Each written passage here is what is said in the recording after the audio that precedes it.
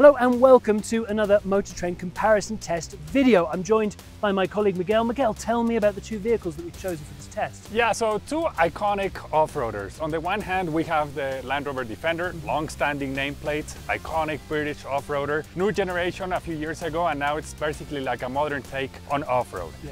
And then we have the Ineos Grenadier. Not a very familiar nameplate for a lot of Americans, but if you look at the styling, it's basically the Defender of yesteryears. And so we have two basically off-roaders powered by an inline-six engine, and we took them out here to see how they perform, and we're going to talk about how they do on the trail and off the trail as well. That's right, yeah, it's a really interesting comparison test, even though maybe on the surface it doesn't look like a natural comparison, right? But we've got a very interesting interplay between these two vehicles.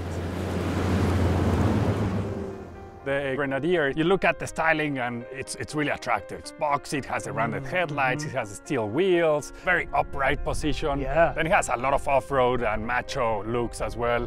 The snorkel, you have a ladder on the back. Right. And so it's just like a lot of details that just make it very cool looking. Old school cool, right. Old school look, exactly. And it's worth bearing in mind, this is the off-road focused Trial Master version of the Grenadier. And on the inside, you can see that it's very utilitarian. There are a few luxury touches, but not many. You can get another version that has kind of slightly more refined details on the inside. By comparison, the Defender, and it's worth saying this is a 130, and this is quite luxurious on the inside, isn't it? Oh yeah. You step in and even from the outside, right away you know this is luxury, this is premium.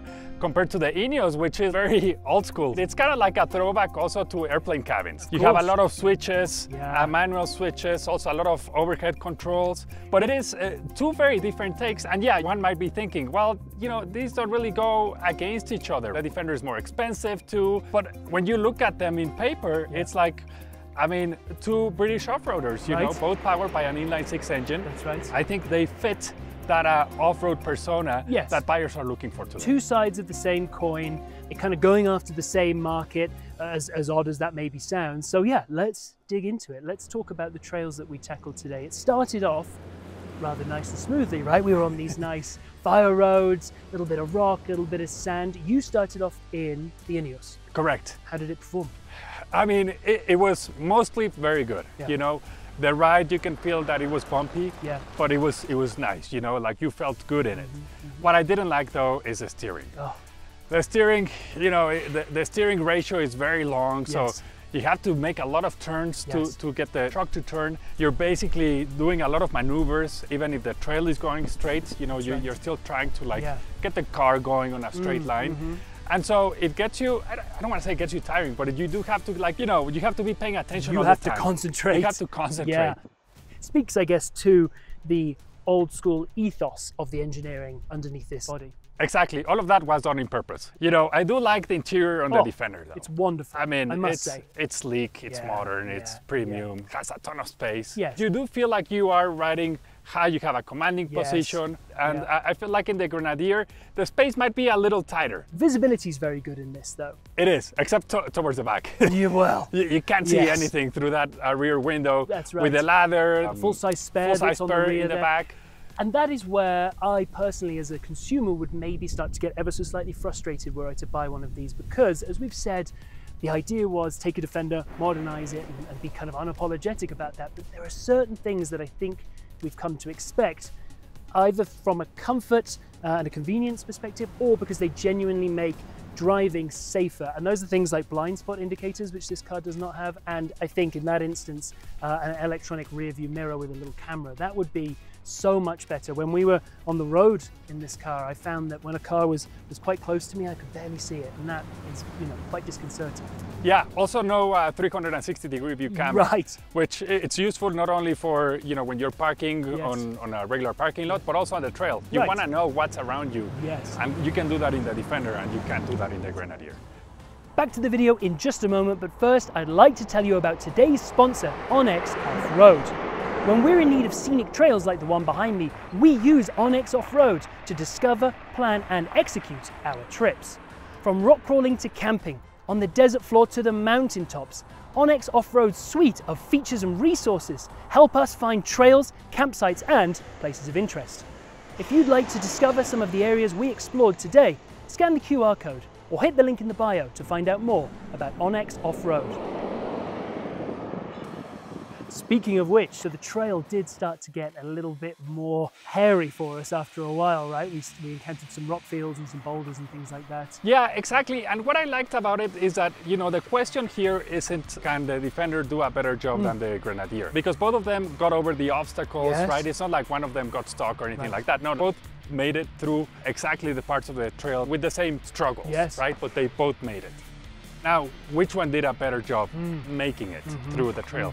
And I think that's a Defender. I think so too, yes. Right? Like the easiness of just like engaging everything, all the controls. The air suspension, the electronic modes, all of those things. It just made it a lot easier to go through. Yeah. Whereas in the Ineos, you were like, you know, there were obstacles and maybe they weren't as tough as they would seem, but it had a harder time getting through them. That's right. And so I think the Defender proved itself that, you know, it is, I think it has the DNA, right? Yeah. Like Land Rover has been off-roading for decades and they know exactly how an off-road vehicle should perform, and the Defender shows that. Exactly. It must be quite vindicating for the designers and the engineers at JLR to know that ultimately this vehicle came along and replaced the original Defender that had been in constant production for some 68 years, I think it was.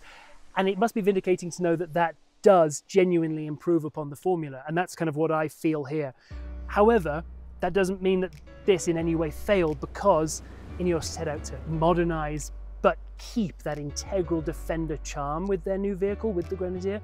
And you've got to say that for all intents and purposes, they've done that, right? It's still a success by the merit that they set, by those parameters that they set themselves.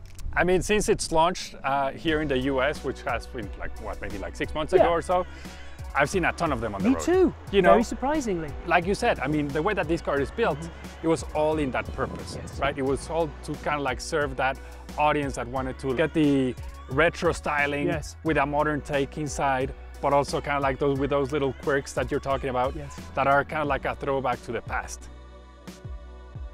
Sometimes us car enthusiasts are, you know, complaining that cars are too modernized now and the software-defined vehicles are the next thing, right? And so you lose kind of like what the car felt like. The Ineos. This will give you that. Yes, exactly. But maybe to a fault. After a while, maybe you're thinking my arms are tired and I've been rattled around a little bit, whereas, you know, in a vehicle like the Defender, you just treat it to that little bit more refinement, that progress, right? Progress ultimately serves to improve the experience. And that's kind of the vein in which we're comparing these two vehicles. We're not maybe directly comparing them, but we're saying which one ultimately does the better job within its wheelhouse. I think that's also the Defender. Yes. You know, the Defender takes that spot. Yes. It improves, it builds on the formula. And I think that's key for a comparison like this, a trail like one we were on. You still want to be challenging, right? You don't want a vehicle that just climbs over anything and it breezes up. And, you know, as a driver, you're like, well, you don't feel anything. Right. Where's the fun? I mean, we struggled on this trail. Yeah, it's a big vehicle, but it works. That's exactly right. It works. And so that makes a key difference. The Ineos works too. Like I said, it went over the same obstacles. On the times where we needed a spotter, we got the spotters. We were able to go through and follow the line to get through the obstacles. It's just, you know, I would be happy to drive this for like 3 days. I wouldn't be happy to drive this for every day or for like the next year or next 5 years. Whereas in the Defender, I would be very happy to drive this on the trail, on the road. You know, it has the space, it has everything that you really need in it. I would say that I, in my time with this vehicle, have not found a concession. I've not found something that it doesn't do well. It can be a perfect family car. There's tons of room back there with that extended rear space. And as you've said, on the trails of varying difficulties, it handled remarkably well. Exactly. So Joe, I think, you know, after testing everything that we did today, I think the clear winner of this comparison is the Land Rover Defender. I mean, both on-road, off-road, it outperformed the Ineos. The Ineos does a very good job. It's a great performer. But I think the Defender is just, you know, takes everything a notch up, and that's why it's a winner of this comparison.